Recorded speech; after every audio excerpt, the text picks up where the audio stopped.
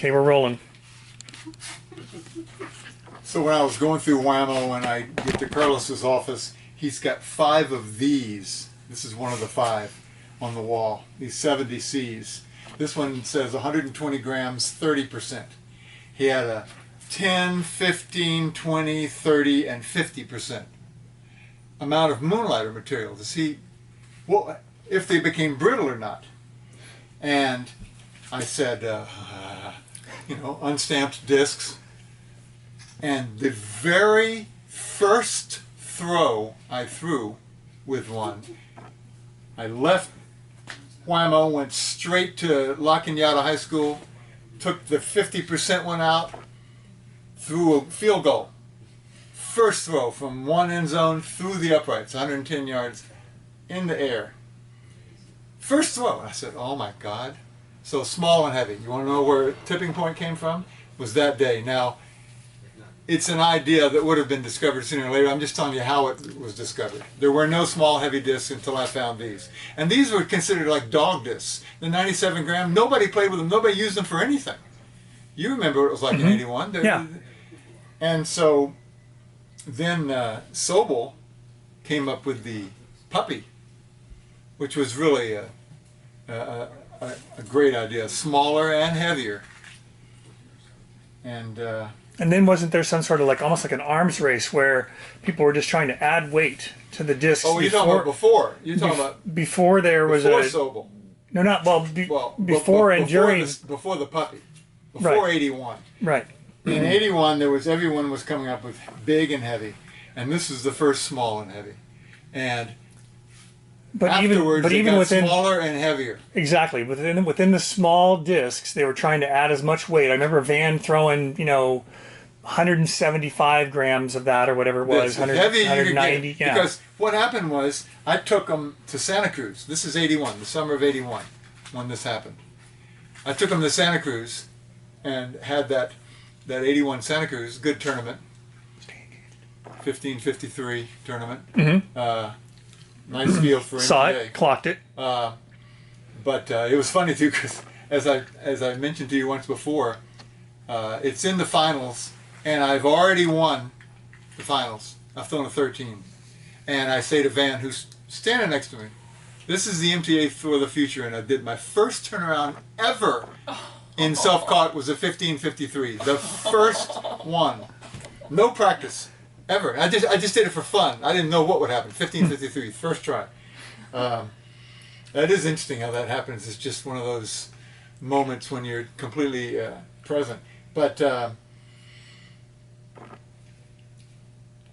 so I'm in Santa Cruz and I show this to everybody, and I'm saying this is legal. They've made more than 70 Cs. They've made more than 200 of them. I could have won the distance with this, but I didn't use it, because it felt like it would be a little unfair.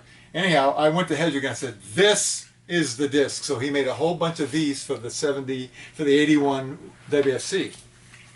And small and heavy was off to the races, even heavier. Right. The heaviest one of these. And the results for distance in that tournament. In 81. Dunapace? Dunapace was one. He won the finals, yeah. I got second. And Harold was in the finals? Cray? No. It was, Zimmerman didn't make it. It was me and Joe and Van and Dunapace. And they may have only taken 4 to the finals back in those days. It was 5, I'm pretty sure. Were there? Okay. And it was funny too because it's, you know how that stuff is. There's a lot of luck to it. I had the longest throw in the prelims. I had the longest throw in the semis. Right. As a matter of fact, my longest throw in the semis was the longest throw of the tournament, 135 meters. But I just remember standing there with Dunapace, and I throw this perfect shot, and it gets out, and it just drops. And I say, man, I'm standing there with Rocket.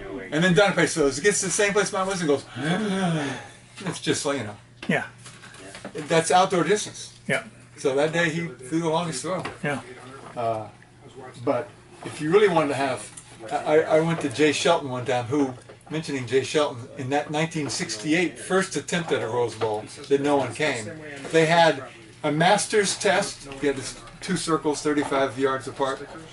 You did this master thing. I remember the master's test, sure. Got the master's It was badge. just basically the world-class test, but simpler. Matter of fact, that first time when I went to Berkeley in '73 for the big games tournament, I got there. It's night.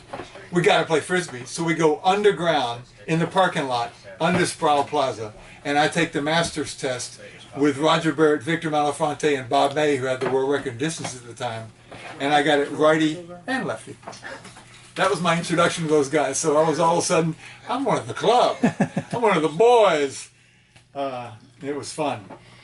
But so in that '68, when they did that, they also had distance. And Jay Shelton was the overall winner.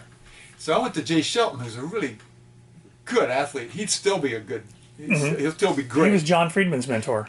Was he? Yeah.